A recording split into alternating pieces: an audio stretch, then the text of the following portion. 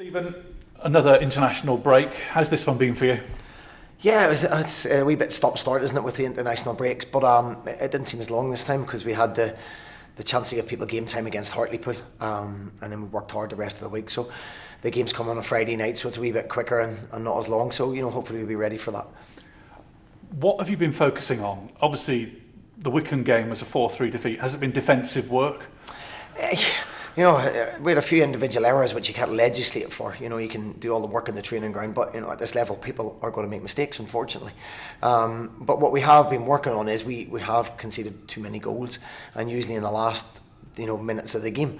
So it's a case of trying to get people to play tired mentally, and trying to recreate what you can in training when people have worked hard and done runs and then played games. So subconsciously you can do a lot more than you think you can do. You're not actually tired, and it's trying to convince young players, especially boys who come through the academy system where you can only play perfect at times. So trying to convince them there's more in there. You can go another extra yard, you can win that header, you can land on the ball and play, because ultimately if you've got the ball they haven't, and nobody has to defend. So it was a mixture of everything in the second half. We stopped passing the ball. People forget that, they talk about defending, but we stopped all the good things. We didn't defend the set plays, and we made individual errors. So there's things we've worked on, and we're hoping to see that be put right on Friday. And there is a situation, isn't there, at 3-3 where you've got back to 3-3, you want to win it, and it's calming people down, I guess, whilst keeping that aggressive attitude as well. Yeah, a point away at Wycombe, they're top of the league, so a point would have been a good result. So the reality is we actually only committed 3 men forwards in that attack. Jonah had a shot, we had 2 men either side of him. We had 7 men behind the ball, so we still shouldn't have conceded that goal. In the a free kick, the boy bounces up and the free kick isn't given. So we had enough numbers. It wasn't as if we were cavalier or disorganised. It was poor defending. We made poor decisions in the run up to that goal. So Burton on a Friday night. What are your thoughts about Friday night football? Does it make any difference at all? No, I like it. It's playing under the lights. It's a nice stadium, a nice setup. Jimmy's got his team, they work their socks off. They're really aggressive with how they press. They've had a really good start to the season, and then they've had some indifferent results recently. But they're a good team. They're a team that's going to be very, very difficult to play against. A team that we can play against. If we're brave on the ball again, we can play. But we're expecting a really tough challenge.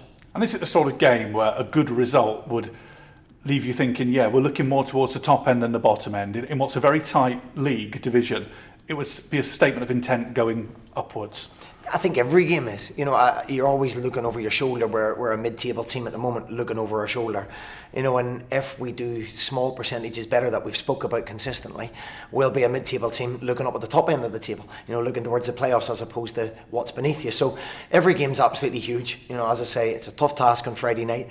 One we're well equipped for, and well equipped to take points from. And as you say, it's a Friday night game, so we can move up the table. So we could be sitting in the top 10 by the end of the game if we get a result. And, other people then have to catch you. At this point in the season, do you think things start to reveal themselves? Teams start to show their real quality? Yeah, it's such an unpredictable division. I don't think you can say with any great certainty they're guaranteed to win. There's nobody that much better. I think every team that you play, there's a chance to get a result. As you see, we play with no fear. Sometimes we could do with a little bit of fear, but we don't. We go and we are quite cavalier with things. And we do press people. We do try and take the game to others, and that'll be no different on Friday night. I think we can compete with the best teams in the division. I think we've proved that. We've got to be better in the last 30 minutes of games. We've got to be more, we've been very naive in some of our decision making in terms of how to manage the game, and that comes with a new squad and a young squad, and hopefully that'll get better over time. On the injury front, any new concerns? Ryan McLaughlin's reported back from international duty with a groin strain. He was sent home early, so he's touch and go whether he'll make it or not. We got 90 minutes into Jonah Ayunga, Aaron Wildig and Callum Jones in the reserves on Tuesday. So there's no new injuries. John O'Beak started running, which is great news, and Courtney Doofus will be another 2 or 3 weeks. Greg Lee is fit and available again. Might be a game too soon for him, but no other new injuries I'm aware of. It's a tough run of games coming up, isn't it? Only one home game out of the next 4, I think. Well, actually, I thought we had about 5 at home and thought, yeah, they're all really winnable games. The harder games seem to be the ones that we win. So I'm going to be honest, we don't fear anybody in the division. We don't fear anybody. We have to be more physical at times, and as I say, maybe not quite so naive. So we'll compete with what's put in front of us.